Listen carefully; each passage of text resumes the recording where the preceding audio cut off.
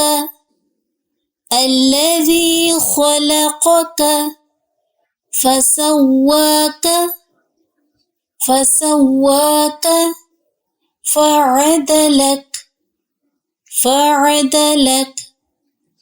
الذي خلقك فسواك فعدلك في أي صورة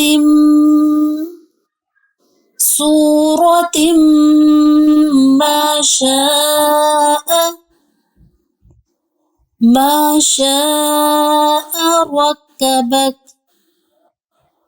ركبك في أي صورة ما شاء ركبك كلا بل تكذبون